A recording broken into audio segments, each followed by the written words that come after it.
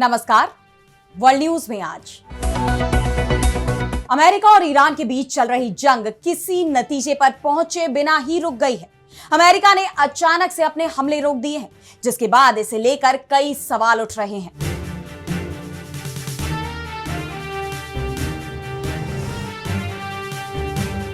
अमेरिकी राष्ट्रपति Donald Trump ने जिस तरह ईरान पर सबसे बड़ा हमला करने की धमकी दी और अब उन्होंने अपनी सेना को हमले रोकने के आदेश दे दिए हैं। ऐसे में दावा किया जा रहा है कि अमेरिका के पास अब हथियार ही नहीं बचे। पश्चिम एशिया में अचानक आई इस शांति ने सबको हैरान कर दिया है। सवाल उठ रहे हैं कि क्या ईरान के हमलों के आगे अमेरिका ने मानी हार? क्या पश्चिम एशिया में आएगी स्थायी शांति? आखिर क्यों ट्रंप ने बदला अपना फैसला? इस पर हम करेंगे विस्तार से चर्चा, लेकिन आइए जरा उन खबरों को भी देख ले जिन पर आगे होगी बात।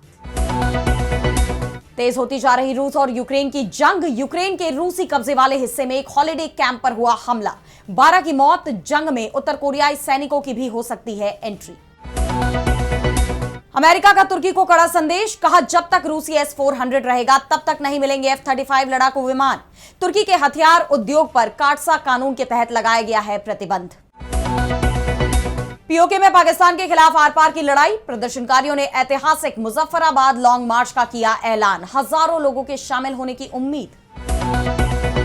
और चलते चलते में देखेंगे मंगल ग्रह की सतह में मिला एक्टिव मैग्मा, अब ब्रह्मांड में जीवन खोजना हुआ आसान। इन सभी खबरों पर हम विस्तार से करेंगे बात, लेकिन पहले एक नजर हेडलाइंस पर। सऊदी अरब के हमलों का जवाब जरूर देंगे। यमन के हूती विद्रोहियों ने खाई कसम। सऊदी के समर्थन में आया कुवैत। पश्चिम एशिया में गहराया संकट।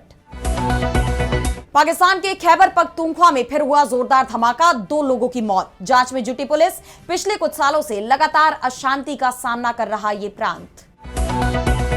कनाडा की आग को लेकर अमेरिकी राष्ट्रपति ट्रंप ने फिर किया पोस्ट, शेयर की AI से बनी एयर फिल्टर बॉर्डर की तस्वीर। कैप्शन में लिखा, north America air filter barrier, साफ हवा साफ बॉर्डर। बर्लिन में LGBTQ+ प्राइड इवेंट पर हुआ हमला। संदिग्ध वैन ने भीड़ को मारी टक्कर, 1 की मौत 16 घायल। पुलिस की जांच जारी। तो ईरान ने एक बार फिर अमेरिका को झुकने पर मजबूर कर दिया है। अमेरिका की सेना ने लगातार 13 दिन तक ईरान पर मिसाइलें बरसाई। ये दावा किया कि वो हॉर्मुज स्ट्रेट से जहाजों की सुरक्षित आवाजाही सुनिश्चित करेंगे, लेकिन पिछली 2 रातों से अमेरिका ने अपने हमले बंद कर दिए हैं। अमेरिकी राष्ट्रपति डोनाल्ड ट्रंप ने धमकी दी थी कि वो ईरान पर अब तक का सबसे बड़ा हमला करने की तैयारी में है। प्लान तैयार है, बस फैसला लेने का इंतजार है। लेकिन अब वो खुद ही बैकफुट पर नजर आ रहे हैं। अमेरिकी मीडिया रिपोर्ट्स के मुताबिक ट्रंप ने अमेरिकी सेना को ईरान पर हमले रोकने का आदेश दिया है। न्यूयॉर्क टाइम्स और एक्सियोस की रिपोर्ट में कहा गया, लगातार 13 दिनों के हमलों के बाद अमेरिकी राष्ट्रपति ने ईरान पर हमला करने की योजना को स्थगित करने का फैसला किया है। राष्ट्रपति का यह फैसला अमेरिकी सैन्य अधिकारियों की उस चेतावनी के बाद आया है, जिसमें उन्होंने कहा था कि अगर यह अभियान और बढ़ाया गया तो पश्चिम एशिया में तैनात अमेरिकी सेना के पास पैट्रियट इंटरसेप्टर मिसाइलों और दूसरे एयर डिफेंस हथियारों का भंडार गंभीर रूप से कम हो सकता है। यह फैसला 24 जुलाई को ट्रंप, उनके शीर्ष सलाहकारों और उनके मंत्रिमंडल के वरिष्ठ सदस्यों के बीच हुई बैठक के बाद लिया गया। रिपोर्ट्स के मुताबिक अप्रैल के अंत तक अमेरिका 1200 से ज्यादा पैट्रियट इंटरसेप्टर मिसाइलें इस्तेमाल कर चुका था। और अमेरिका के जॉइंट चीफ्स ऑफ स्टाफ के चेयरमैन जनरल डैन केन ने भी ट्रंप प्रशासन को ईरान के खिलाफ जंग और तेज करने को लेकर चेताया था कि बड़े अभियान से पश्चिम एशिया में तैनात अमेरिकी सैनिकों और सहयोगी देशों की सुरक्षा भी प्रभावित हो सकती है। हाल ही में जॉर्डन में 3 अमेरिकी सैनिकों की मौत के बाद चिंताएं और बढ़ गई, क्योंकि ईरान जिस तरह चुन चुन कर खाड़ी देशों में मौजूद अमेरिकी ठिकानों पर हमले कर रहा था, उससे अमेरिका को तो नुकसान हो ही रहा था, साथ ही उसने खाड़ी देशों को भी चेतावनी दी थी कि अगर इन देशों ने अमेरिका की मदद की तो अपनी तबाही के लिए वो खुद जिम्मेदार होंगे। और अमेरिका के सामने सबसे बड़ी चुनौती यह है कि वो अपने ही सैनिकों को ईरानी हमलों से नहीं बचा पा रहा, तो खाड़ी के सहयोगी देशों की क्या मदद करेगा? ऐसे में खाड़ी देश भी ईरान को लेकर अमेरिका से किनारा करते नजर आ रहे हैं। कुवैत ने तो साफ साफ कह दिया है कि वो अमेरिका की कोई मदद नहीं कर रहा। अमेरिका में कुवैत के राजदूत ने वॉल स्ट्रीट जर्नल की उस रिपोर्ट का खंडन किया है जिसमें दावा किया गया था कि कुवैत और बहरीन ने ईरान पर हमला करने के लिए लड़ाकू विमान भेजे थे। उन्होंने कहा कि कुवैत ने ईरान के खिलाफ किसी भी सैन्य अभियान में भाग नहीं लिया है और ना ही उसने अपने क्षेत्र, हवाई क्षेत्र या क्षेत्रीय जल का इस्तेमाल कर आक्रामक अभियान शुरू करने की इजाजत दी है।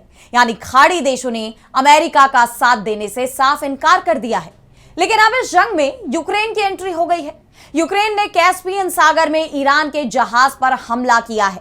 इसे लेकर ईरानी विदेश मंत्री अब्बास अराक्ची ने यूरोपीय संघ की विदेश नीति प्रमुख काजा कल्लास से फोन पर बातचीत की। उन्होंने इस हमले की कड़ी निंदा करते हुए यूरोपीय संघ, संयुक्त राष्ट्र सुरक्षा परिषद यानी यूएनएससी और अंतरराष्ट्रीय समुदाय से दोषियों के खिलाफ सख्त कार्रवाई की मांग की है। ईरान ने यूक्रेन के राजनयिक को तलब कर अपना विरोध पत्र भी सौंपा है।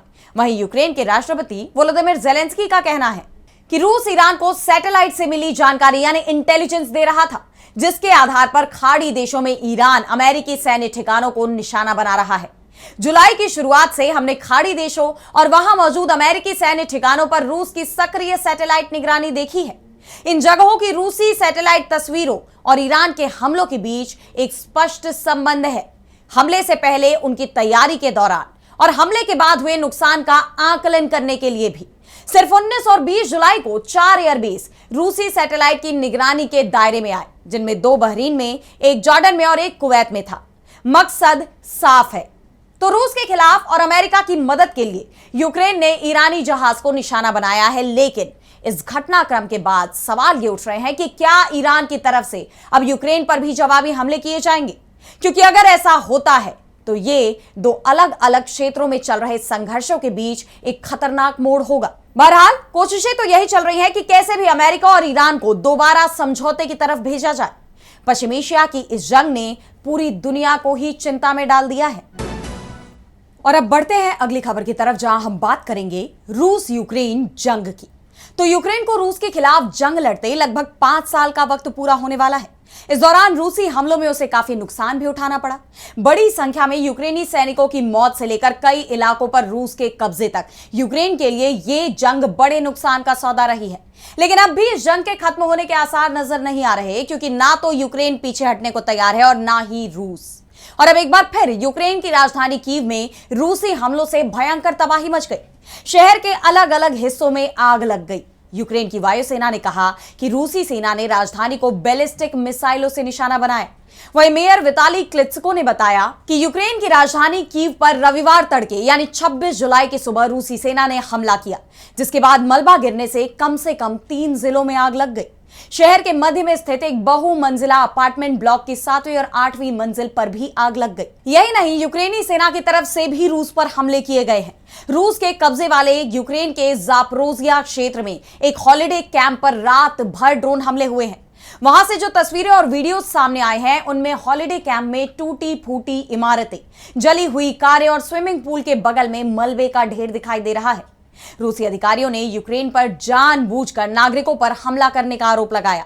रूसी विदेश मंत्रालय की प्रवक्ता मारिया ज़खारोवा ने कहा कि यूक्रेनी ड्रोन ने शिविर में सो रहे लोगों पर हमला किया। उन्होंने यूक्रेन के इन अमानवीय अपराधों की निंदा करते हुए रूस के किरोव क्षेत्र में एक कारखाने पर हुए हमले का भी जिक्र किया, जिसमें 6 लोग मारे गए थे। जिस तरह यूक्रेन अब अपने ही नागरिकों पर बम बरसा रहा है, उससे उसकी बौखलाहट साफ दिखाई दे रही है, क्योंकि अब तक वो इस जंग में केवल यूरोप और अमेरिका से मिल रहे हथियारों के दम पर ही टिका हुआ है। लेकिन अब जिस तरह अमेरिका में भी पैट्रियट मिसाइलों की कमी हो गई है, जिसके चलते उसने ईरान पर भी अपने हमले रोक दिए, उसके बाद यूक्रेन के लिए अमेरिका से और मदद मिलना मुमकिन नहीं दिख रहा। जबकि यूक्रेन के राष्ट्रपति वोलोदिमीर ज़ेलेंस्की बार-बार अमेरिका से पैट्रियट मिसाइल और दूसरे हथियारों की सप्लाई की डिमांड कर रहे हैं, लेकिन फिलहाल उनकी ये डिमांड पूरी होती दिखाई नहीं दे रही है। इस बीच उन्होंने रूस की बढ़ती ताकत को लेकर भी बड़ा दावा किया है। ज़ेलेंस्की ने कहा कि रूस उत्तर कोरिया से और 30,000 सैनिक बुलाना चाहता है। उत्तर कोरिया रूस को बैलिस्टिक मिसाइलों के लिए और लॉन्चर भेजने की भी तैयारी कर रहा है। यह सिर्फ यूक्रेन के लिए ही खतरा नहीं है। रूस उत्तर कोरिया की मदद कर रहा है ताकि वो युद्ध लड़ना सीख सके, अपने हथियारों को बेहतर बना सके और उन्हें इस्तेमाल करने का असली युद्ध अनुभव भी हासिल कर सके। ये सब एशिया में उन सभी लोगों के लिए खतरा है जो उत्तर कोरियाई मिसाइलों की रेंज में हैं। उन्होंने कहा कि हमारे पास रूस की आने वाले समय की योजनाओं के बारे में पूरी जानकारी वाली खुफिया रिपोर्ट है। पुतिन सेना में और लोगों को भर्ती करने की तैयारी कर रहे हैं। ज़ेलेंस्की ने एक तरह से पूरी दुनिया को ही यह बताने की कोशिश की है कि रूस सिर्फ यूक्रेन के लिए ही खतरा नहीं है, तमाम देशों को उससे खतरा है। ऐसे में वो सब रूस के खिलाफ यूक्रेन के साथ एकजुट हो जाए। उन्होंने अपील करते हुए कहा कि यह बहुत जरूरी है कि हम अपने सहयोगियों के साथ मिलकर रूस पर इतना दबाव डालें कि इस हमले को खत्म करने का विचार ही सबसे अहम बन जाए, यानी शांति का विचार, ना कि रूस की तरफ से और लोगों को सेना में भर्ती करने का विचार। लेकिन सवाल यह है कि क्या ज़ेलेंस्की को सहयोगियों से मदद मिल पाएगी और क्या इन हालात में यूक्रेन इस जंग में टिका रह पाएगा? और अब अगली खबर में बात करेंगे तुर्की को अमेरिका से मिले झटके की। तो अमेरिकी राष्ट्रपति डोनाल्ड ट्रंप के निशाने पर अब उनका ही नेटो सहयोगी आ गया है। उन्होंने तुर्की को अपने F-35 लड़ाकू विमान बेचने से साफ इनकार कर दिया है, जबकि इससे पहले तक उनका कहना था कि वो इस बारे में विचार करेंगे। लेकिन अब उन्होंने साफ कर दिया है कि तुर्की फिलहाल F-35 स्टील्थ फाइटर जेट कार्यक्रम में दोबारा शामिल होने की शर्तें पूरी नहीं करता। इसे लेकर अमेरिकी विदेश मंत्रालय ने कांग्रेस को एक खत भेजा है, जिसमें कहा गया है कि F-35 प्रोग्राम में तुर्की की भागीदारी को लेकर वॉशिंगटन की नीति में कोई बदलाव नहीं हुआ है और ये countering America's adversaries through sanctions act यानी काटसा और fiscal year 2020 national defence authorisation act की धारा 1245 के पूरी तरह अनुरूप है। जब तक तुर्की अमेरिकी कानून का पूरी तरह पालन नहीं करता, तब तक उसे कोई भी F-35 विमान नहीं सौंपा जा सकता। इसमें रूसी निर्मित S-400 एयर डिफेंस सिस्टम की खरीद से जुड़े विवाद को सुलझाना भी शामिल है। गौरतलब है कि अंकारा में नेटो समिट के दौरान ट्रंप ने तुर्की से काटसा के प्रतिबंध भी हटाने की बात कही थी, लेकिन अब वो अपने बयान से पलटी मारते दिखाई दे रहे हैं। अमेरिका ने शर्त रख दी है कि तुर्की जब तक रूस से खरीदी गई S-400 मिसाइल रक्षा प्रणाली से पूरी तरह नाता नहीं तोड़ लेता, तब तक उसे F-35 विमान नहीं दिए जाएंगे। उसने यह भी साफ किया है कि S-400 मुद्दे को सुलझाने के मकसद से की जाने वाली कोई भी प्रक्रिया पारदर्शी, कानूनी और उनके राष्ट्रीय सुरक्षा हितों के मुताबिक होनी चाहिए।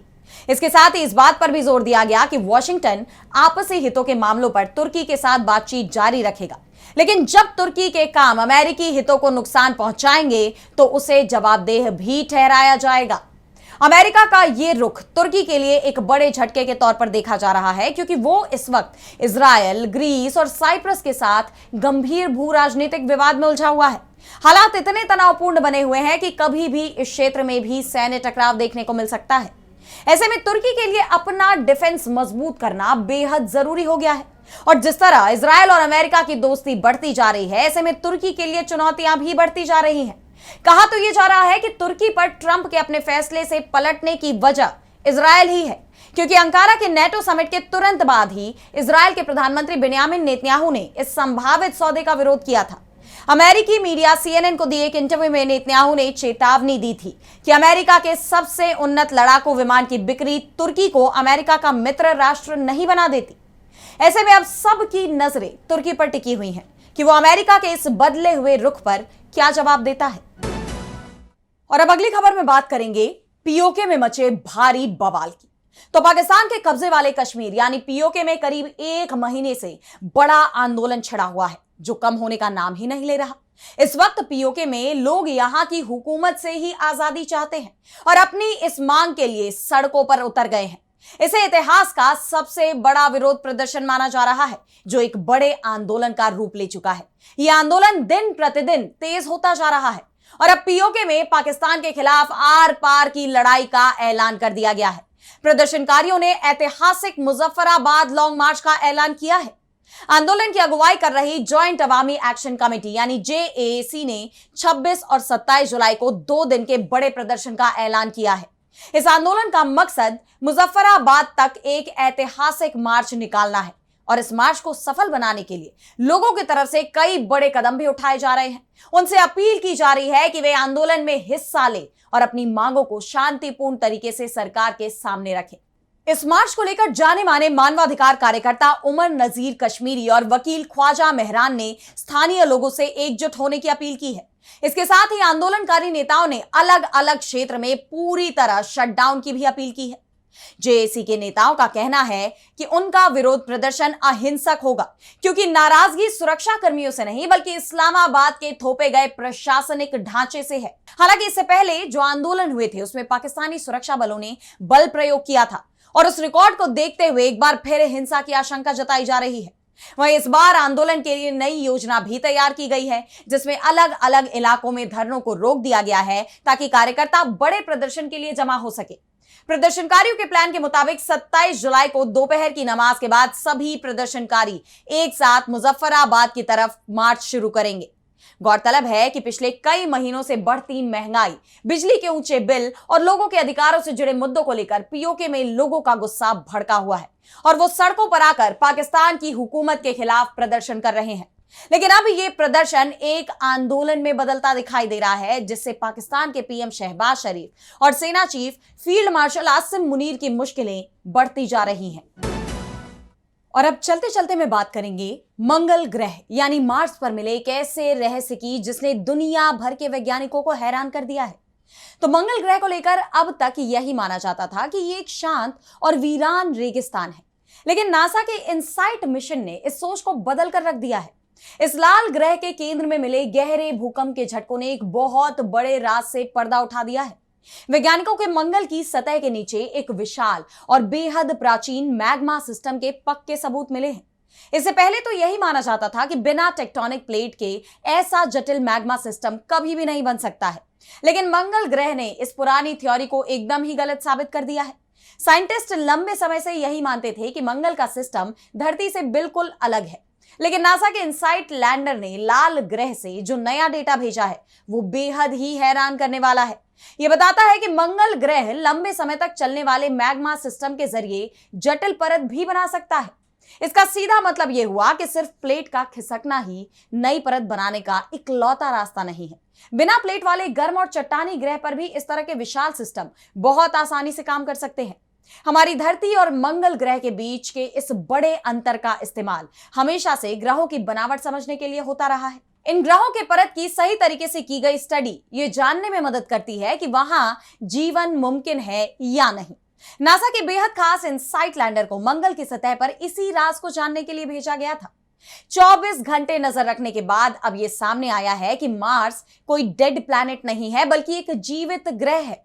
साइंटिस्ट को बिल्कुल भी उम्मीद नहीं थी कि उन्हें वहां इतनी ज्यादा भूगर्भीय हलचल देखने को मिलेगी। सिर्फ 4 साल के छोटे से समय के अंदर कुल 1319 भूकंप के झटके रिकॉर्ड हुए हैं। ऑक्सफोर्ड और ब्रिस्टल यूनिवर्सिटी के टॉप रिसर्चर ने इस राज को दुनिया के सामने रखा है। वैज्ञानिकों की यह खोज बताती है कि ब्रह्मांड में जीवन खोजना अब और भी आसान होता जा रहा है। तो फिलहाल वर्ल्ड न्यूज में आज इतना ही। देश दुनिया की तमाम बड़ी खबरों के लिए आप देखते रहिए डीबी लाइव और मुझे दीजिए इजाजत। नमस्कार।